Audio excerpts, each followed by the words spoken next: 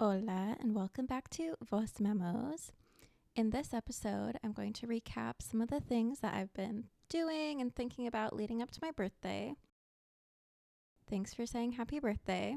So stay tuned to hear some of my book recommendations, how the Instagram cleanse has been going, and an exciting zine update. So make a tea, refill your water, and relax because you are listening to Voice Memos.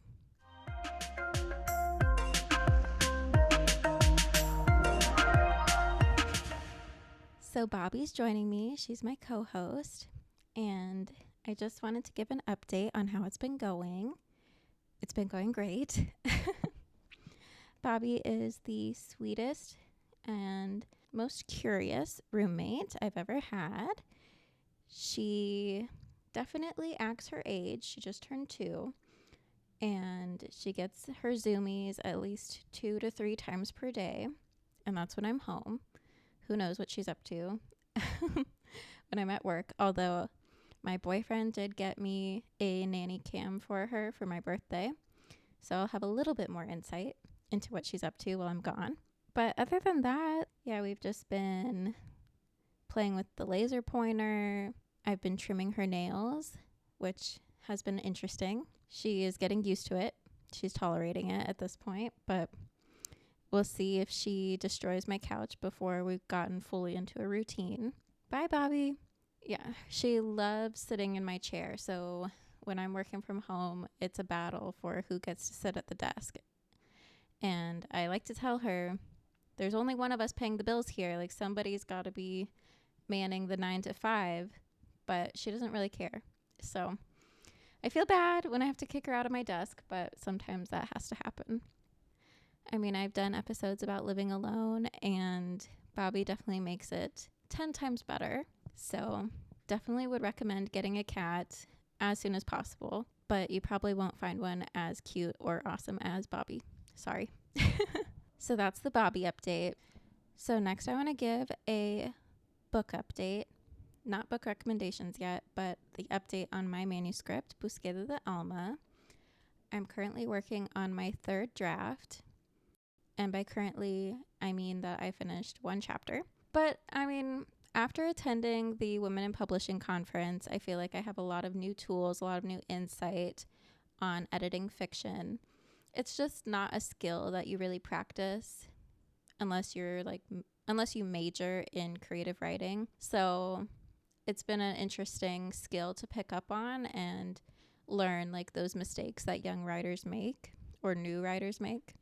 So I'm hoping that my book is on the right track, and my goal is to get it to beta readers in May, and I feel pretty confident that I'm going to do that. So here's to version 3, draft 3, and I'm really excited to get it into the hands of some of my close friends.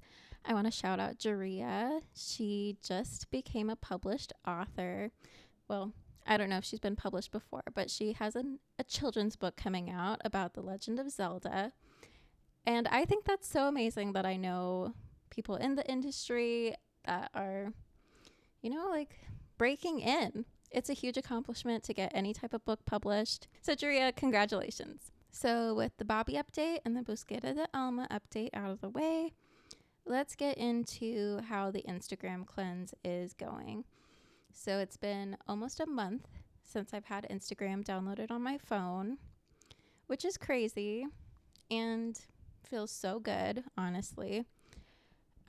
Disclaimer, I still have the account. I didn't delete my accounts. And I do have it on my iPad. But if any of you have Instagram for the iPad, you'll know it's terrible because it's not actually for the iPad. It's just downloaded on your iPad the size of a phone. So it's not a very pleasant experience, which is why I leave it on the iPad, because it helps me be on it as little as possible. I'm definitely feeling less influenced overall. And I do say less because before I really deleted the app off my phone, I was getting these ads for the canvas lamp, which is a tool for artists who also like to make content, which I would fall into that category.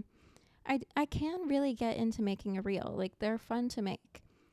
Sometimes, as long as it's not completely dictating my art, I do like to share my process. And so the canvas lamp, they really reached their target demographic with me. And I did ask for it for my birthday, and I love it already. So sometimes the algorithm works in your favor, and you do end up with a product that you really love and that does or solve a problem in your life. Most of the time, you're getting targeted with junk. I'm very grateful to not have that as much anymore. After I deleted Instagram, I really started to notice just how many ads are everywhere. And because I'm like, well, I'm not getting them from Instagram anymore, but I'm getting them even on my morning commute. As I walk through the public skyway, there's ads. There's ads on the wall, and there's ads in the PA system. Like, I'm getting blasted ads as I'm walking. It's very dystopian, honestly. I do love the skyways, but it makes me feel bad because I'm like, well, I have to wear my AirPods at all times because otherwise I'm hearing ads. And luckily, I pay for Spotify Premium, or my dad does. Thanks, Dad. And so I can listen to Spotify ad-free, but even my podcasts are full of ads. I'm skipping through several minutes of podcast ads to listen ad-free. And so far, the only content that doesn't have ads is like books. And I'm waiting for them to figure out how to add ads to books because it's going to happen any day now, seeing the trends and how we're going. I hope not. That's when we would know that we're in a true dystopia, is when the books have ads in them. For now, we're in the clear. Overall, I'm influenced less because at least these other ads, they're not part of an algorithm as much. One creepy thing that's been happening is as soon as I deleted Instagram off of my phone, this makes me sound like such a conspiracy theorist, but as soon as I deleted it off my phone, the only ads I was getting on YouTube was from Meta to download Instagram. They knew immediately, and I say they, the algorithm, the people that have my data, gave it to Meta. Meta started advertising to me on YouTube immediately. And I still see more ads about Instagram than I've ever seen before. It's creepy. It's really creepy. Another positive from deleting Instagram has definitely been a creativity uptick because, I mean, creativity is such a muscle that needs to be exercised. And I hate going to the gym as much as anyone else. But if you can establish a healthy routine, it makes it that much easier to go. And I've heard, I don't know if it's a myth or not, but eventually you enjoy going to the gym. But I think the same theory works for creativity, where if you're exercising that muscle, the creativity muscle, eventually you'll start to crave it and you'll have more ideas and more inspiration and you'll just start seeing the world differently. So I've been doing this challenge, which is the thing I'm most excited to share with you. 24 sketches before I turned 24. And I just kind of came up with this. There's a lot of daily sketching and doodling challenges out there, but I wanted to do this for myself. One, to turn it into a zine at the end, which I have, and I'll give you a little zine tour for those of you watching. I wanted to do this challenge because, one, it didn't require a screen. I wanted them all to be on paper sketches. And two, it was just about developing that daily habit of getting some creativity on the page. Do I have a third point? A sketching challenge like this can also help you just see the beauty in the mundane. And because, I mean, 24 ideas, that's a lot of ideas, even if it's just one idea per day. And there's only so many, like, you can't sketch the same thing twice. I mean, that was not an official rule, but I made that a rule. I didn't want a sketchbook full of the same stuff. And so it's hard to find inspiration. And I think, like, by the end of the challenge, I was finding it easier to come up with ideas. And turn like a grain of an idea into a full sketch. So the challenge was a success. I finished 24 sketches before I turned to 24. And I think I made something really cool. The zine is called Woman Artist, What is Your Current State of Mind? And I collaged it from a magazine that I had lying around. It was just so serendipitous that all those words were in the magazine and they worked so perfectly for the zine. Something that I love about collages is when that happens, just the perfect word pops out of the page or the perfect image pops out of the page. So let me give you a little tour of it. So like I said, the title of the zine is Woman Artist, What is Your Current State of Mind? Subtitle, A Collection of Sketches by Angela George. And this does not have all 24 sketches that I did.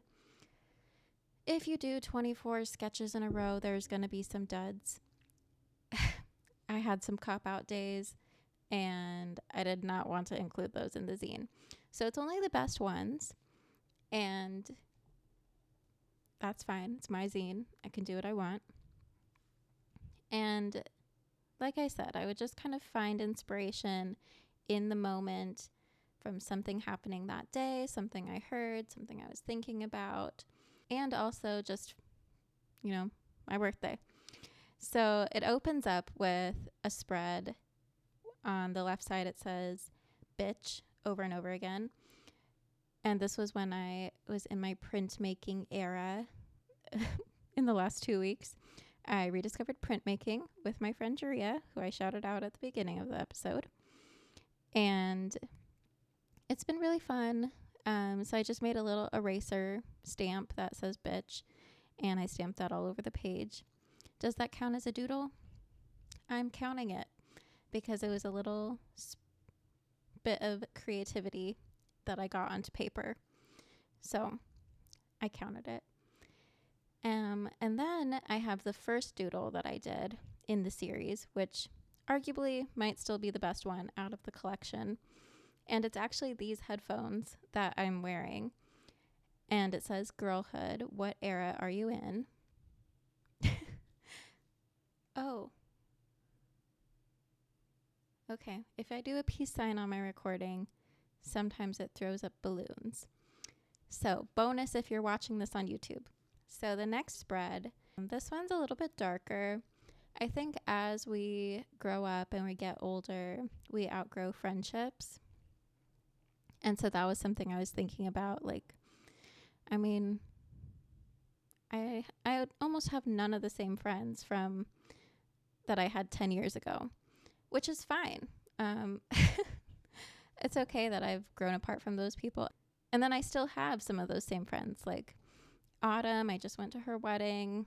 Mimi, I'm calling her next week. She lives in Korea. And we were definitely all friends in 2014. So the next spread, it has friendship bracelets. And you'll have to download the PDF on angelageorge.com/zineland so that you can really inspect these up close. But it says like judgmental, fake, insecure, bi. And I just thought it was kind of ironic to do friendship bracelets about not being friends. So a little joke with myself. Now you're in it. Now you're in my inside joke. Welcome. And then I have the phone that says, hey, do you want to be friends? Okay, never mind. I was feeling a little emo. A lot of these are kind of hyperbole. I'll take, like I said, a grain of an idea and I'll really exaggerate it. I like to think that I'm deep and an artist. So yeah, it's just having fun with some of these. The next one is what I call the birthday spread. It says birthday bitch. This month, I've just been kind of obsessed with the word bitch. I have a whole another zine that's called I Want to Be a Bitch. So check that one out too on angelageorge.com/zineland. The other page is a martini. I have been obsessed with martinis this month. I don't know why. It might be more than a month, but I had none of the ingredients. I didn't have martini glasses. I didn't have skewers. So I slowly collected the things I needed And I thrifted 2 martini glasses and then immediately broke one. So that was really sad. But I did successfully make myself a dirty martini.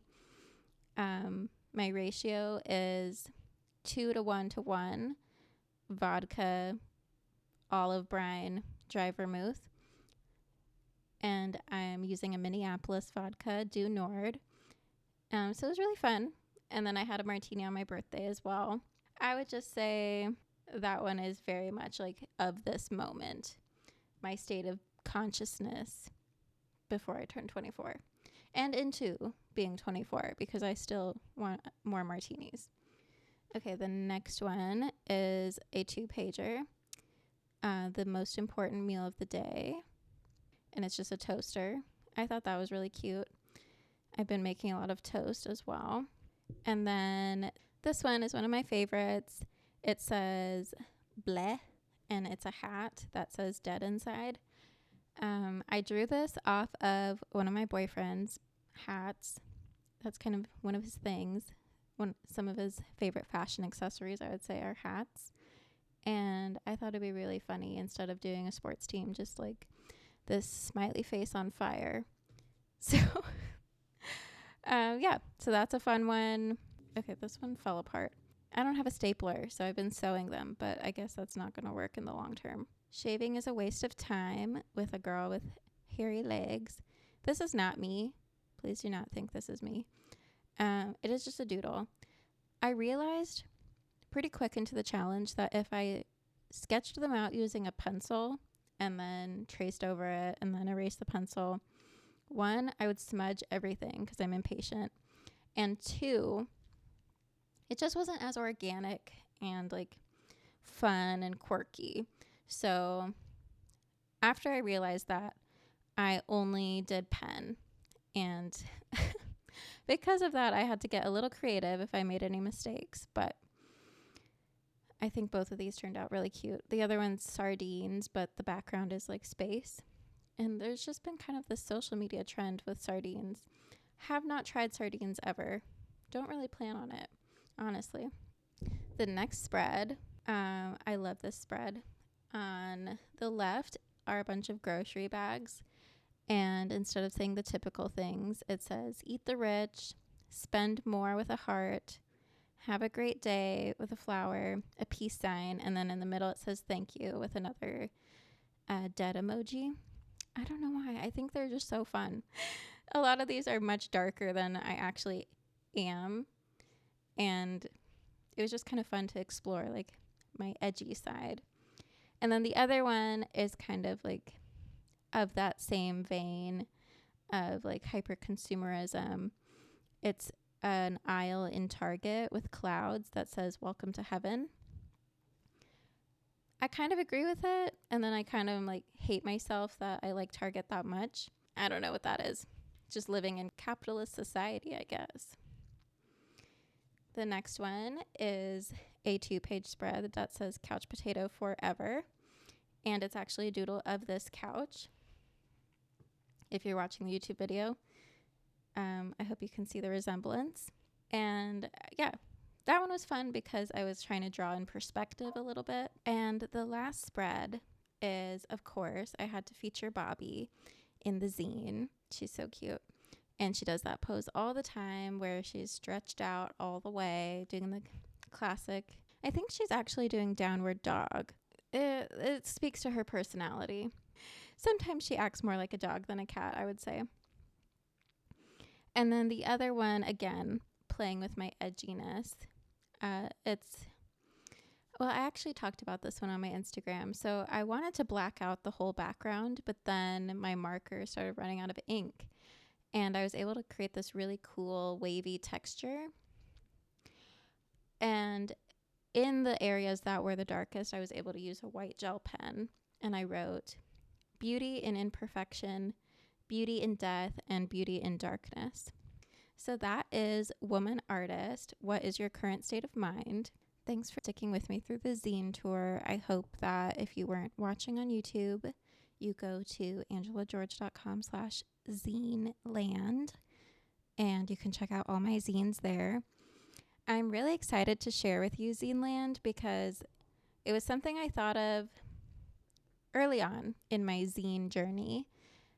I wanted something that is a little bit different, a little bit more experimental than the rest of my website. And I also wanted something to code. I've been craving a challenge like that.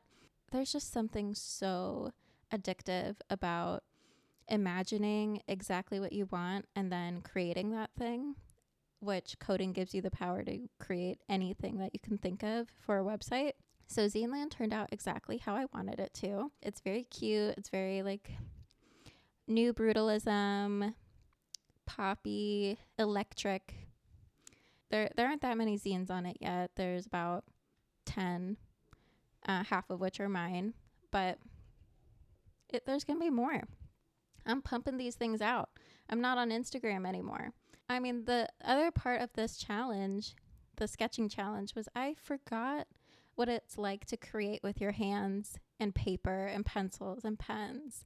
And I wrote a poem about this in my other zine, but I still love technology, which you can find on the website. But yeah, as an artist, like I've been creating digital art for so long and imitating like watercolor and markers, and I've been imitating all of that digitally, but I haven't actually touched those physical mediums in a long time. So that felt really good and energizing. And I'm excited for my next zine, which is definitely going to be a collage. It's going to be something about Taylor Swift. It's been a long time coming. If you know, you know. Keep checking Zineland. I'll be giving updates here on any new zines I make. But yeah, it was just really fun to code it. I kind of fell into a coding coma, if you will, where I had Good Friday off for some reason. And so Thursday night before Good Friday, I mocked up the whole design on Figma. And that's kind of the hardest part of making a website, is just deciding what you want it to look like, what fonts, what's your color scheme. And once you knock out a lot of those designing parts of it, it's very simple to execute. So I had responsive design, and it was really fun to mock it up. I did that all Thursday night, and then Good Friday, woke up, rolled over, grabbed my laptop, and just started coding. And I really see coding as another like art medium, because I do enjoy that visual part of it. I would never say back-end coding is art. You don't see that. Sorry. No offense to the back-end coders out there, but I'm a UX UI girly. I love coding the front end. I love doing websites. And so I really see that as an extension of my art and my zines. So you can check them all out at angelageorge.com/zineland. And so I'm still, this is all under the umbrella of the Instagram cleanse, if you're following the outline here. And so another benefit of being off Instagram has been I'm on my phone less when I'm like waiting in line, and when I'm feeling awkward in the elevator, and like these places where normally your first instinct would be, okay, I'm just going to scroll on Instagram. I'm bored. I don't have anything else to do. But I've been really training myself to not do that, and also to not watch videos while I'm eating. I feel like I developed this habit like in college, when I just did not have enough time to coordinate with friends to get lunch or dinner. And so I just like go to the dining hall, eat my dinner, watch a YouTube video, and leave. And and I know I'm not alone in this. And so I've been training myself to read my books instead of watching a video. Reading books makes your break last so much longer and actually recharges you instead of just puts a pause on your life. So that's something I'm working on. But then, especially in those awkward in-between spaces, on the toilet even, in the shower, like I know I'm not the only one. I've just been really able to leave the phone and forget about it and just listen to music or a podcast or read my book. And I feel like this podcast is going to help me stay accountable to this, because I really don't want to ever go back to where I was with Instagram. I just don't see the value in it. And it's honestly with this AI stuff, the AI stuff is driving me crazy, and it's going to cannibalize the whole platform, because if you can't scroll and see real humans, which was the initial goal of these platforms, the initial goal was to connect people with other people. Then it started connecting people with content. Then it started connecting people with ads. And now it's connecting people with AI generated content. And what is the point of that? I do not want to see a bunch of AI stuff. I just don't. It's not interesting. It's just kind of bad and worse than our usual stuff made by people, by actual creatives, by people that are passionate about something. Yeah, it's just disappointing to see how these hubs of content are trending towards this like inevitable demise. Because the only reason I'm still on Instagram at all is because if you're not, you basically don't exist on the internet, right? Except that now the algorithm dictates what you see. And so if the algorithm doesn't care about your content, you're still not on the internet. So I really don't see the point in it. I'm very pessimistic about it now. And even as I was sharing my sketches on Instagram over the last month, I would notice again and again, like how much I've been constrained on the platform. I already talked about this in the last episode. I'm getting like heated. But I would notice like, oh my God, I did a landscape doodle and it doesn't fit in a reel because reels are vertical. And it's so limiting. It's so limiting. And for example, Woman Artist, it is a 3.5 inch by 5 inch zine in real life. That's a great size. On Instagram, that's a terrible size because it's not, 16 by 9 aspect ratio. And posting a picture doesn't get you anything. So it's real or bust. So yeah, the longer I'm off Instagram, the more I'm like, what the heck was I doing on there? We'll see if I ever delete my accounts because they are very nostalgic. They have me in such a chokehold, right? Like I'm a month clean and I still feel like the pressure to have it. So I'm off of my phone in these waiting areas and I get to see more art that way too, surprisingly. Like for example, today I took a hot girl walk to my local coffee shop, Matchbox Coffee. They're so cute. It's literally like just a doorway and a hallway. Like it's a very small coffee shop. And they had, believe it or not, they had a zine in there for free. Anyone can pick it up. This is called Slingshot, which is an independent radical newspaper published in Berkeley since 1988. And they call it a zine. I mean, zines are kind of whatever you want them to be. So, but look at how cool this is. It's super like handmade looking. All the stories are about like free Palestine, free your mind, taking action, very radical. I love it. And it's all like just artists working together and people that are passionate working together. And if I was on my phone in that coffee shop, I would not have noticed it. You know, I would have walked in, got my coffee, walked out, glued to my phone. But because I'm like looking around in the world, I see things that I wouldn't have noticed otherwise. I just feel like that's really healthy to actually look up and look around and wake up a little bit. I feel like we've all become phone zombies and we make fun of the iPad kids and the Gen Alphas, but us Gen Z and the millennials are just as guilty. So I feel like I've been talking for a long time. I'm going to wrap this up with kind of what I've been reading lately. So like I said, I don't have Instagram, so I've been reading more. I'm already at 10 books this year, which is crazy because I only read just over 20 last year. So I am on track to read 30 books this year. We'll see if it happens. I'm currently reading 3 books at once, which is something I've never really done before. Even at my peak reading for pleasure stage, which was probably like middle school era, about 10 years ago, I was still only reading like 1 book at a time.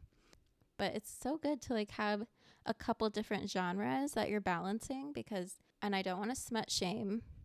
For those of you out there, including myself, that enjoy some smut, that's great. But I do like to balance mine with some other things. It's kind of like Bachelor can't be your only show that you're watching. You have to have some like substance in your other content. So I'm currently reading Word Slut, A Feminist Guide to Taking Back the English Language by Amanda Montell. And I'm just over halfway done with it, and I have to return it on Saturday. I've got some reading to do ahead of me, but it's fine because I'm really enjoying it, and I'm going to talk a lot about it in the next podcast, so I won't talk about it too much right now. So stay tuned for that in 2 Fridays. And then A Court of Mist and Fury, that's my smut. Sarah J. Maas. I finished ACOTAR. This is I don't think this is a hot take, honestly. Most people say that the second book, the book I'm reading right now, is better than ACOTAR. I would 100% agree with that. I'm not even that far in. I'm like 60 pages in. But the thing that people don't tell you, and I'm going to tell you guys so that you don't make the same mistake, I don't think you even need to read ACOTAR. I know that would probably drive some of you crazy, like not reading the full series. You just don't need it. Sarah J. Maas, she summarizes everything that happens in the first book within the first 60 pages of the second book, which is already so much better in these first 60 pages. The pacing's better. It jumps right in instead of all this like world building. And the world is not that complicated. Like, I don't read fantasy. This is kind of my exploration of fantasy. It's not that complicated. There's the fairy world, there's a wall, and then there's the human world. Like, you pick it up. So if you're thinking about ACOTAR, and if you're a little bit intimidated by a 7-book series, just skip the first one. You don't need it. You heard it here first. So, yeah. And then in that vein, I did make a new sticker on my Redbubble shop. This Girl Reads Smut. I'll link it in the podcast. I was inspired when I was reading this book to make that. And I will link my sticker shop, stickers.angelageorge.com. There's a lot of cute ones on there, so definitely check it out. And then the last book, I actually haven't started reading it quite yet when I'm recording this podcast, but I will have started by tomorrow when I post it. Yes, I procrastinated this podcast so much. I'm doing it the night before. But the last book is Remarkably Bright Creatures by Shelby Van Pelt. It is fiction. I believe it's her debut novel, but she's published by HarperCollins, so it's going to be an automatic success, right? For those of you that know publishing. And yeah, it's supposed to be very good, very real, maybe some mystery. I try not to read too much about what a book is about before I actually read it. If you know me, you know that I don't like previews. I don't like trailers. I just go in blind. If people like it, I will read it and decide for myself if I like it. I don't need the trailer. I don't need the summary. So it's about an octopus. That's all I know. But I'm excited, and it's for book club. So I've got a deadline. So those are all my updates. I'm 24 now, feeling great. I need to find like a song that talks about being 24 because I need a new anthem. Although, oh my God, by the next podcast. Yeah. Oh my God. Okay. So April 19th, that's when the next podcast episode will be published. And that's also when Taylor Swift's new album will come out. So I've got some competition, but please make some time for it. It's going to be a good one. I'm going to talk about the Word Slut book. I'm going to talk about the language in the office. It's going to be a little bit more early career oriented. I haven't done an episode on that in a while, so stay tuned. If you haven't deleted Instagram yet, you can follow the podcast at Voice Memos, or you can follow on my website, angelageorge.com/voice-memos, and check out Zineland because I worked really hard on it. I coded it from the ground up, and I made all these zines. So people, please read them because they're fun. At least I think so. And visit my sticker shop because there's some fun ones on there. And if you buy a sticker, then it makes me want to make more stickers. So maybe eventually I'll be able to be a full-time artist. Who knows? Okay, so that's the episode.